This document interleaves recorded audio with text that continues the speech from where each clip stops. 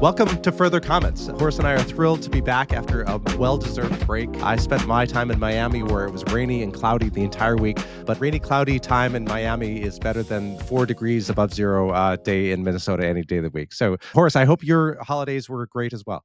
I was a babysitter over the holidays, Damien, and I assume you're talking about 4 degrees Fahrenheit instead of 4 degrees Celsius. Do humans even live in that sort of condition? They do. And in fact, Minnesota often gets down to 40 below zero, which happens to be the same in Fahrenheit and Celsius. That's the crossover point. So yeah, sadly, we do get down there sometimes. Lewis and Clark, I grew up in North Dakota. They spent a winter in North Dakota, and part of their diaries, they said, North Dakota is lovely in the summertime, but too bad it will never be habitable because of the winters. But we've shown them. So the answer is no, it's not habitable. And yes, we are still here. There you go, sticking to explorers from a couple of hundred years ago. Exactly. But I'm also thrilled we have a third person on this podcast. So we're joined today by Adrian Parlow, who is the founder and CEO of a company called Point One. It's one of the timekeeping companies that have come up to the forefront in the last couple of years because time data has become such a important source of information for law firms, which is what we'll be talking about today with the help of Adrian. Adrian, welcome, and tell us a little bit about yourself. A pleasure to be here. As a Canadian, I'm also intimately familiar with the -40 crossover point, unfortunately. I'm formerly a corporate attorney. Didn't stick around for too long. I worked at Fenwick and West. Worked on some really interesting projects there. Spent about 3 years at a fintech startup and then got working on Point One. We're so glad you're working on Point One. Your time spent working on this problem is going to help us discuss and deep dive into timekeeping and what it's used for inside of law firms. So I think all three of us have at some point been a practicing attorney, which means we're intimately familiar with the billable unit. Damien, I know you have a view on this, but Adrian, tell us your view first. Is the billable hour going to die? But I don't think anybody who spends a lot of time in this industry is seriously saying that this is going to die anytime in the near future. Okay, if we're in a world of AGI and lawyers no longer exist, okay, sure. But in the short term, I'm not even sure that anyone really wants the billable hour to die. Now, what will certainly happen is that the mix will shift, and I'd love to sort of get into this more, but I don't think we're going to be at the current state of the world of, 85% billable hour. That's certainly going to change over the coming years. But there's a lot of work that really makes sense to be on the billable hour. Clients actually want it to be on the billable hour. And so I think the overall fee mix is going to shift. It's going to become a mix of fixed fees, billable hour, maybe some more contingency, maybe some more kind of alternative fee arrangement structures. And you're going to see more experimentation with that. But certainly the billable hour is not dying. I don't know if you guys want to take the other side of that. No, I 100% agree. And that aligns with what I think I've said in this previous, is that I don't think the billable hour will die. And I think that the death of the billable hour, language matters. And I think using the term death is probably setting the wrong frame for this, because I think you're right that, the current 10% of a flat fee that most do, I think is going to grow to 20% to 50% to maybe hover to maybe land around 60% or so. And that 60 to 90% flat fee is what the big four accounting firms do. They do 60% flat fee, and only the most unpredictable of the things is hourly billing. So I think the discussion about the death of the billable hour is really saying no, it's not going to die. It's not going to be 100% flat fee. Like, that's of course never going to happen. But the question is, well, as a percentage, is it going to shift to flat fee? Is it also going to shift to contingency fee? Is it also going to shift to subscription models? I would say these are just all various ways that we could be able to provide value and be able to get revenue from that value we're providing. And the question is not a matter of if, but it's a matter of when. I think there's a really important side to this as well, is we've just assumed that billable hours are used for external revenue purposes, but it's actually used internally as well to measure the performance of lawyers, to measure how much effort someone has put into performing a task. We were saying just before the call that time is one of the most important metrics that lawyers have. And Damien, you jokingly, not jokingly, said time is the most important metric humans have. Tracking time is not simply for billing purposes. It's got a lot of other uses as well. We can all probably have a think about in terms of how valuable is timekeeping as a source of data as we go into the future. So, Adrian, I know you do this day in, day out. What do you think the use cases are for this data? And Damien, I interrupted you, so maybe Mostly, I want to set the table for Adrian to knock it out of the park. So I want to build upon something really smart that Horace said that our listeners might not have caught on, is that in the hourly billing model, time equals revenue. How much time I spend is my amount of effort, therefore how much money I bring in. If you flip over to the flat fee side or the subscription fee, time doesn't equal revenue, time equals cost. That is, and if I shrink my cost, I increase my profit margin on the flat fee side. So we need to shift as an industry to say time effort equals revenue. No. Time effort is equals cost. Therefore, I make less money the more time I spend on something. So with that, maybe Adrian, you could be able to talk about maybe how your company is working with be able to think through both those paradigms. It's such an important point. I think it's helpful to think about the core business model of law firms and what actually is going into the products that they're selling. So products would be a case, a merger, whatever the type of matter is. What's going into that, essentially, your cost of goods sold is hours of human labor, your paralegals, your associates, your partners. And so, even in a world where you're selling that case for $1 million instead of for $1,000 an hour, you still need to know what's going in because that's your cost of goods sold. Without understanding your cost of goods sold, you have no idea if you're profitable, which cases are good cases or losers. And so, this is a major thing that I think law firms are struggling with, and one of the primary blockers that has stopped big firms, especially, but really all firms from transitioning in large part to the billable hour is they really don't have a great sense for how to price things effectively. And so pricing and then getting the actual data to understand sort of if they were to try to reduce those cogs, how would they do that? So those are sort of the two primary use cases that we're seeing for time data in the short term. In the long term, I think there's a lot more you can do with it, but really you need to fundamentally understand the business. You need to understand what people are actually doing all day across the firm so that you have a good sense of what are actually your cost of goods that go into a given product that you're selling.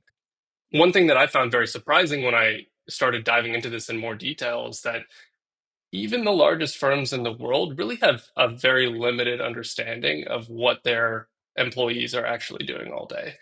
They may tell you that they do. They may say, we know that somebody is doing due diligence on a merger agreement. Okay, but what does that due diligence actually comprise, right? Are they sitting there and clicking through PDFs one after the other one? Are they getting on calls? Are they drafting things? And going even sort of a layer down from that, are they talking internally? Are they sending emails? Like they actually really have no idea. They only know to the extent that people are tagging and categorizing things when they're entering their time. But since this is all done manually, this is a very limited degree that to which this is happening. And I'm sure you guys both know from having entered time yourselves in the past. Entering the time is painful enough. Never mind having to then go and split out all your block bills and tag and categorize each of your time entries. People just don't want to do it, and generally they don't. And so the lack of granularity going into the time system really limits the firm's ability to then understand what's going on. And then that limited understanding then prevents them from effectively pricing. It prevents them from effectively applying technology to actually make this stuff faster. So that's kind of like one of the primary bottlenecks that we're trying to solve at the front end. You reminded me, one of my favorite time entries in the past was considering issue, which kind of goes to show how little that actually tells the law firm what I was actually doing. And if I look back at my time entries, I'll probably find like a 5 hour block when I was considering issues. And it's like, well, what was I doing? Lots of things, lots of valuable things is what I would tell the law firm. Yeah, I think that one of my go-tos was develop strategy regarding X. Developing strategy was the most important thing, right? I'm not reviewing; I'm developing a strategy, and who wouldn't want to pay for the strategy development, right? So these are all games that we play when we want somebody to pay for our time, because if we have to pay for our time, we have to justify our existence. Like, was that time well spent? There's the old joke about you go to a mechanic and the mechanic hits something with a hammer and then it's fixed. They said that'll be $10,000.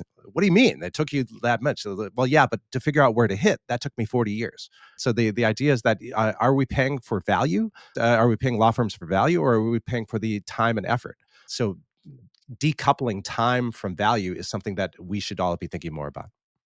What I think is really interesting here, though, is that the data that goes to the client, so the time entry that gets populated into the bill, is the same data that the firm is working with. So if you say developing strategy, well, that's not really what you were actually doing, right? But because the thing that you write is the thing that goes straight to the client, you're not going to put that level of granularity because no firm really wants clients to understand how the sausage is made, at least not to that extent. What's really interesting, though, is that it doesn't have to be that way. So if you use AI to capture the time, then you actually understand what all the sort of subcomponents are, in addition to then being able to kind of craft that smoothed out or higher level narrative that can then be sent on to the client. And there's another Uh, aspect uh, too, is attorney-client privilege. That is often I will not want to put into time entry stuff that is privileged because I know that my time entries might be discoverable at some point. So yes to all the things Adrian just said. That I don't want to say how the sausage is made. Yes, and I also don't want to put too many privileged things in there that might be discovered later on. It's so interesting because law firms often claim that time entry data and time data is one of the richest source of captured data they've got. Just having this conversation reveals, well, actually, it's so superficial and it misses on so much details that could be useful. What's the best practice that we've seen out there in terms of law firms capturing data? Have we got good examples that we've seen? I can tell you from the ones that are good at it today, what they're doing is they're enforcing a lot more detail in the narratives, and they're also enforcing tagging, proper tagging and categorization. So this might be the standard UTBMS code set, or a lot of firms actually have their own custom code sets that let them get a little bit more granular in terms of the types of tasks and activities that people are doing. And so when you actually have fairly detailed narratives and you have proper coding, you can actually go back and do a pretty good job of analyzing those and understanding what was happening.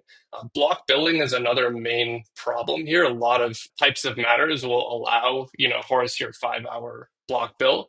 And it's pretty hard. There are some statistical techniques you can use to try to disaggregate those blocks, but it's pretty hard when you have long blocks of time to really understand what was happening there. But that's kind of the best case scenario. And there are firms that are doing a pretty good job at this. But I would say they're the small minority. And most firms are just kind of letting anything go. Your 5 hour considering cases, unfortunately, pretty standard from what we're seeing. So of course, there's also maybe a legal data standard called SALI that a lot of law firms are using as well. In UTBMS might have deposition. I say as a lawyer, well, how much does a deposition cost? It depends. Am I taking the deposition, or am I defending the deposition, or am I merely observing the deposition? Those are three different cost points. And then is the deposition for a slip and fall case, or is this deposition for a patent infringement case? Because those are two different costs for depositions in these ways. So I would say that UTBMS is using a hammer, whereas SALI is a scalpel, where SALI actually takes into account taking or defending a deposition or observing the deposition for a patent infringement case or a slip and fall case. As we think about cost, those things matter. There's the blunt instrument or there's the scalpel. Much better to use the scalpel of SALI. So I'm going to introduce a human element to this, which is you ask any lawyer to go and put in the proper tags and time entries, and they're going to tell you, I'm too busy to do it. Let's assume lawyers don't want to do that. How far can you apply AI or any technique to go and actually give these time entry data more and more meaningful attributes? Yeah, I mean, not wanting to do it is pretty much the primary blocker that's stopping, I would say, most firms from properly using coding. And I get it, right? Like when I was an associate, it was bad enough having to fill out my time entries at 9 p.m. on a Friday night, never mind having to add codes for every single one. So I completely understand why that is the case. AI can do a really good job at applying the codes. It can do a lot more than that too. AI is actually at a point now where it's pretty much able to effectively figure out what you were doing and completely generate the time entries from scratch. So it's pretty much a complete solution. Of course, there's some challenges still in building applications that are sufficiently reliable, sufficiently auditable, kind of all the sort of standard challenges that you see when you build with AI. But from a technological standpoint, we are at a point where it can do quite a good job at that. And I would also say that there's option one is to have the user, the lawyer or the paralegal or the timekeeper enter time into a system and be able to give narratives as to what that user is doing. Option number two is to be able to have the system understand what the user is doing without that time entry. So examples, if Windows Copilot is able to do screenshots at 1 second intervals and is able to be able to say, what is that user doing at any given time? And then be able to say from this time to that time, they worked on X matter and they did tasks A, B, and C. And then this next window of time, they worked on this other matter, working for tasks, whatever. That kind of passive time entry, if you will, is a lot less painful to the end user. That kind of passive option 2 is way better than the active time entries of option 1 that we've had for decades going forward. But then we go back to, do we what is the future we want? We probably want the future to not you know, justify our time by revenue, but really we just want to say, what is the cost of this thing in a flat fee world, so I can now shrink my cost. And maybe this can be a training thing for the associate to say, look, you spent 15 minutes spinning your wheels by looking at these things. Copilot told me so. This is a way that you could actually be able to spend less time spinning your wheels, shrinking the cost and providing more value. One thing you touched on that I think is really interesting is, what actually happens to timekeeping in a world where flat fees predominate. This used to be something that gave me a little bit of heartburn, right? Like, am I building for a world that will no longer exist? What we've actually realized, though, is that I actually think automatic timekeeping is more important in that world, not less important. And here's why. When you are not making money on your billable hour, you're much less incentivized to do a good job of recording those billable hours accurately, of spending a lot of time, trying to get granular narratives and essentially doing it in a high fidelity way. But you're going to still have to do it. So when firms switch to flat fee, they're not going to allow their people to just stop tracking their time. Because again, if you're not tracking your time, you don't understand cost of goods sold, you don't understand margins, you don't know if you're profitable or not on a given matter. And so you still have to do it, but you want to do it much less. So it's kind of a similar phenomenon that we sometimes see with contingency firms, where they're not actually getting paid on the billable hours, but they still have to track because they have to prove it to the court later, or there are other reasons why they might still be tracking their hours. Attorneys at those firms are terrible at tracking their time, and yet they still have to do it. And so it's almost like an extra incentive to try to automate the process. So, I guess time will tell whether that plays out or not, but that's kind of the state of the world that we're expecting to come to be, as we tick from that 10-20% flat fee up to maybe 50% or more. Yeah, I agree. And to build upon what you said, Charlie Munger said that, show me the incentive and I'll show you the outcome. Billable hours, we incentivize hours. So of course, if you incentivize hours, I as an associate will give you more hours. If you incentivize under flat fee, if you incentivize shrinking the cost and shrinking the hours, I'll give you more efficiency and I'll give you a better work product if I'm actually being incentivized to be able to shrink the amount of time and give a better work product that way. It's all about incentives. If my annual bonus is tied to me billing 2,000 hours this past year versus 3,000 hours this past year, you're incentivizing hours. Therefore, hey, I'll give you 3,000 hours. Are they going to be the best hours on the planet? No, probably not. But I'm giving you the hours because you've incentivized the hours. So as we move over to the flat fee world, what if you stop incentivizing hours and instead say the person who shrinks the unit cost to spend less time on something so the firm actually makes more money on the thing? How do we incentivize that? So that's question number one. Question number two is, what if you're in a law firm where half of the firm is billing by the hour and half of the firm is billing flat fee? And I'm an associate that works for partner A that bills by the hour and partner B that does flat fee. How does that associate get incentivized at the end of the year? You can't go by 3,000 hours, because if I spend 3,000 hours for the flat fee partner B, I've wasted the firm a lot of money and I've actually lost money on those. So that's actually coming to think that as a big law, that's a big conundrum, is the incentives. How do you incentivize the associates? How do you incentivize the timekeepers? Whereas a small law, they can jump the entire firm to flat fee and be able to incentivize everyone. Say, okay, we're going to incentivize efficiency rather than hours. So based on what you're saying, what we might end up seeing is a slow build up where the flat fee adoption is happening slowly, slowly, slowly, and then all at once. Because it seems, to your point, like it's going to be pretty hard to straddle both of those business models at once. That's right. I think Hemingway said, they asked, how did Hemingway go bankrupt? He said, very slowly and then all at once. Maybe it's the same thing. How do we go to the flat fee world? There's a story of a big Am Law 20 law firm. A whole group from that Am Law 20 law firm has jumped ship and has created a boutique firm that is billing solely flat fee. they saw the dilemma that I was just talking about, and they've just jumped ship, and now they are taking all of their prior AmLaw 20 firms' work because now they could be able to do things more efficiently. And the law firm's incentives are aligned with the client's incentives. Therefore, the client is hiring them more often than they were their former AmLaw 20 firm.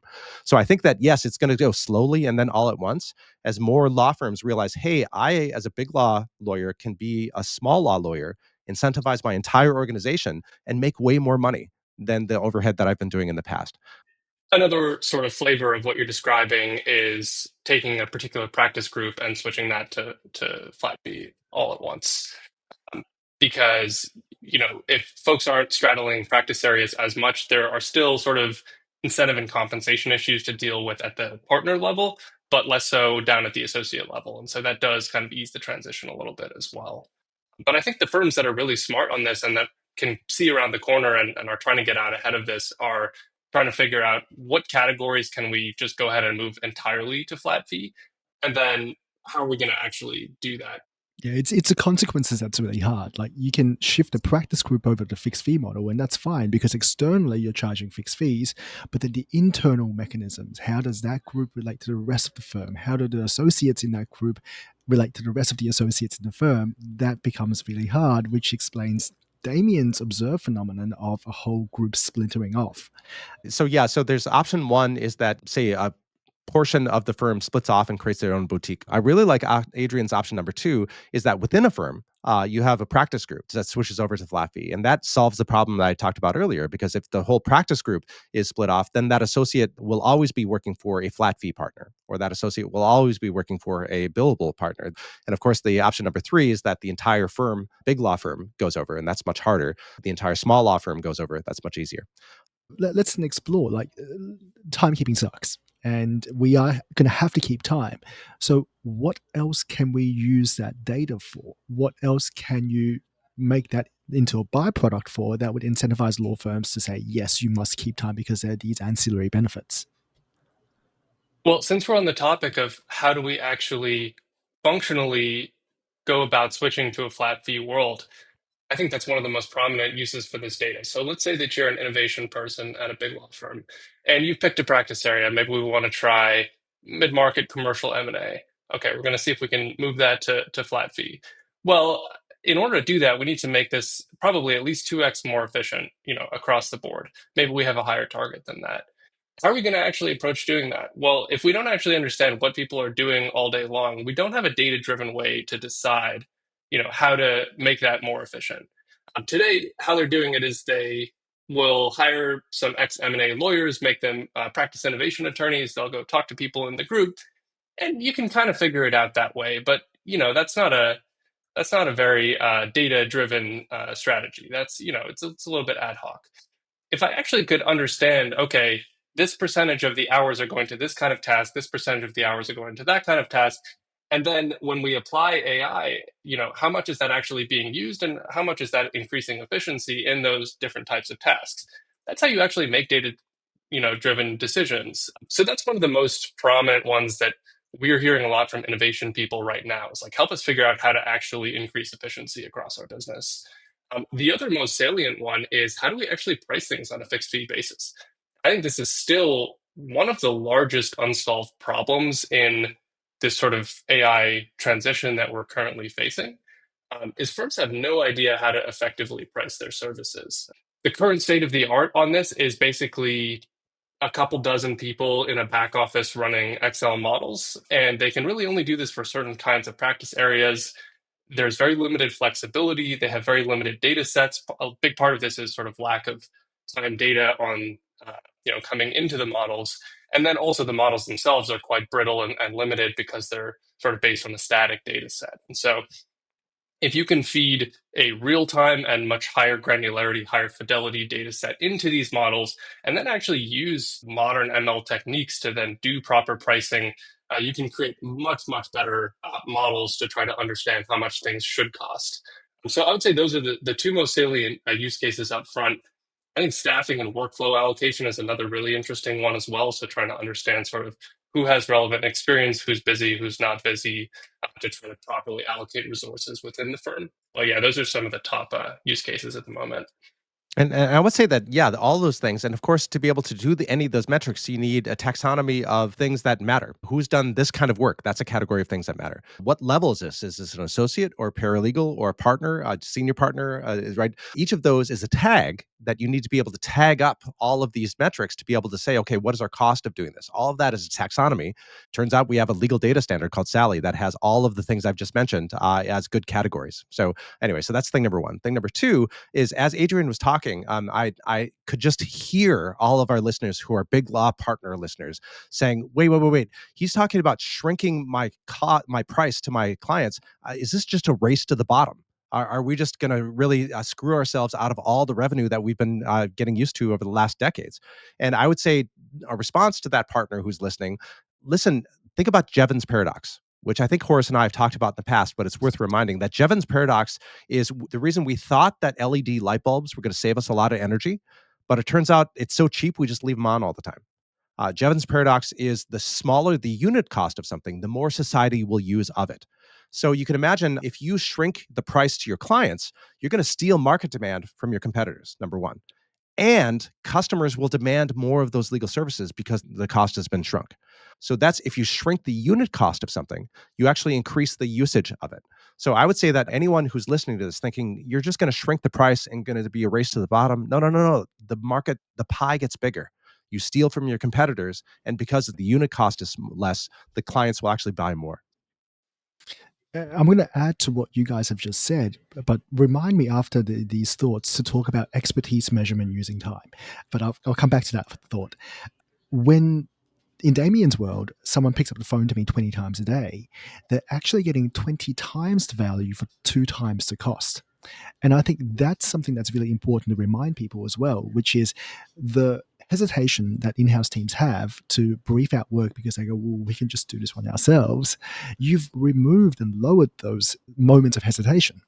And that may or may not lead to a bigger pie, but it will certainly lead to greater delivery of value, which already enhances the relationships that you're going to have with your clients.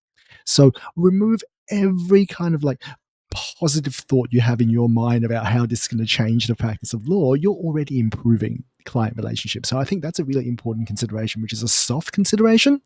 So that I think is important. And another thought on this is if you used AI, and right now there's a lot of people going around saying, hey, AI can solve my problems. I can just type my problem into Claude and it will give me a solution. It's like anything that's produced by AI. If you're not already a domain expert when you're considering what it's spitting back out to you, you're probably going to make mistakes. And the lawyer who's going to be able to review what Claude has said and give you that stamp of approval for much, much lower costs is going to be a big winner in the world where AI can become part of the legal advisory sort of steps. So I think those are important thoughts as well. And they couple in with everything you guys have just said. I really like that, and also I love your expert domain expertise point. Is that of course to a non-expert, every answer from Claude seems brilliant, right? But the expert can of course be able to poke holes in it. So how do AI large language model systems give better, more accurate results? Well, the answer is of course trusted data. You need to have trusted data. If you're asking a legal question about, you have to have the cases, you have to have the statutes, you have to have the regulations, and more importantly, you need the case that was decided yesterday, because you don't want the system to say Roe v. Wade continues to be good law, because then you'll be committing malpractice, right? So you need trusted data in the form of cases, statutes, and regulations. And then on the transactional side, you need trusted data in deals like mine. Or you need to say, in contracts like mine for this industry, in this jurisdiction, in this type of force majeure clause, that things like mine are also very important. So how do you get the trusted data? Well, you need to have a knowledge base. And of course, how do you get the knowledge base? Time entry is one input into that knowledge base. Who has done a merger agreement in China, including force majeure clauses? Each of those is a SALI tag that if you tagged up those things, you could be able to say who's done a Chinese merger agreement with force majeure clauses. So anyway, so all that's to say, if you ask a large language model out of the box, of course it's going to suck because it doesn't have the trusted data. How do you get the trusted data? You have time entries and you pull the knowledge from that. You have dockets and documents. You pull the knowledge from those documents. And from there, the large language model can do pretty damn well in being able to analyze those. I think we're going to see more and more of these companies in 2025. Someone I was having coffee with yesterday said to me, "Hey, is Cynthia like Centauri?" And I was like, "No, no, no, no, no. We're completely different. Like Centauri is deal points, Cynthia's provisions, and but to the outsider, they're like, aren't they just all parts of documents that you're extracting? But they're all different flavors of data. Like Adrian, you're like working with time data. Damien, you're working with litigation and court data. I'm working with transactional data. So at some point, all of this stuff is going to have to marry up. And I know, Damien, you're going to talk about SALI again.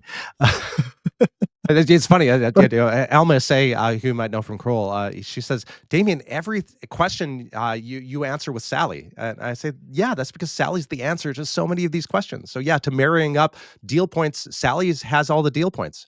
SALI also has the clauses. SALI also has the industries. SALI has the locations, China, North America, et cetera. So yeah, the answer is usually SALI because it's the answer to so many questions. I thought it was 42. But That's true. practically, like how do we encourage people to actually go and unify, go and integrate? That's a good question. And I guess the answer is only through standardization can we unify, right? I think 2025 is going to be the year of law firms figuring out how to actually utilize their data across the firm. That's my prediction for the year, and I do think that SALI is a big part of that. Fingers crossed. Yeah. I think systems of record are a really interesting question in this next shift, which is okay, even if we're all using the same paradigm for a categorization, where does this all live? How do the different vendors interact with one another? This to me seems like still kind of an open question. You might argue that iManage will hold that, or it might be the billing systems, or it might be something else entirely. We're seeing some law firms look at getting on Snowflake, adopting an actual proper data posture like you'd see from a large Fortune 500. So that'll be an interesting trend to watch. I think that's really interesting, the system of record, because I think right now the two prevailing ones are either your DMS, I manage NetDocs, or your time record system. There is a third coming up, and that's Tom Baldwin's company, Integrata, that does the kind of data lake. We'll get to some point where these systems are going to have to hold multiple different types of data and have them talk to each other. And I can't see iManage saying, I'm going to hold time management data. And I can't see like a time record company like Adorant holding document data. So what then? That's right. Each of them has data repositories that are often siloed into different systems. So the best, smartest firms that I know are essentially saying we need a data lake as the hub through which the spokes can be able to syndicate that data out rather than and maybe bring information in as you go from there. So the data lake as the source of truth is probably something that, Adrian, you said that's what's going to happen in 2025. From your mouth to God's ears. I'm hoping that's actually true. I've been hoping that for the last 10 years. It hasn't happened. I hope that this is truly the year. And of course, it's through my work with SALI that I'm trying to make this an actual thing. Because if SALI is integrated in the data lake, if the data lake has unified tags, now it can be able to run to all those spokes and be able to speak unified in a unified way to all of them. I'm not as ambitious as the two of you, though. I don't think this is the year law firms going to figure out what to do with all the data they've got. I think this is a year where more people are going to talk about it, and perhaps two or three good ideas are going to start gaining a foothold and traction and momentum. But God, we've got so much data and so much to do with it. I don't think we're going to solve it this year.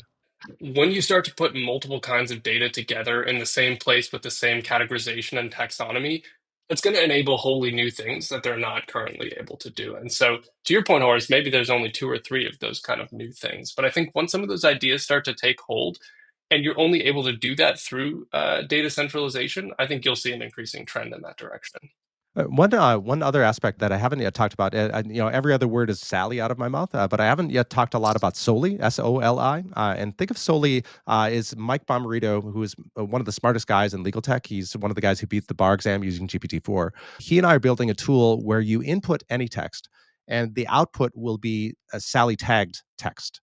So input time entries, and we say, here are the SALI tags for those time entries. Input a document, and we'll say, here are the SALI tags for this document, force majeure clause with a merger agreement. So input any text and output the well annotated SALI tags for that. If that happens, then and we're building that right now, then going to the standardized taxonomy becomes a no-brainer. because not only do I get well tagged, well analyzed text, but it's close to $0 because it's going to be on GitHub. It's free. So anyway, SOLI, SOLI, is trying to barrel toward our interoperable future by creating tools to make this much easier. Damien, your mention of GitHub, you may or may not have seen their homepage now pushes Copilot as like the central thing that they're offering. And because of the prevalence and the what's the word? Omnipresence of AI now, if you open your Windows Notepad application, you'll find Notepad also has AI built in. Notepad, text files. I mean, this is crazy to me. So I just thought I'll share that in case you haven't found it. It's funny. I'm taking my notes right now on Notepad, and I just saw the little pencil with a magical thing next to it. You can do magic with AI, even in Notepad. Yep, it's everywhere now. Well, I've had a lot of fun this episode. It's great to see you. Happy New Year. I'm looking forward to the next one of these. Likewise, yeah. Thanks to both of you. And talking about time is a time well spent. So thank you both of you for your insights, and to our listeners, thank you always for listening. And we look forward to seeing you in the next one. See you again soon. It's been a lot of fun. Thanks.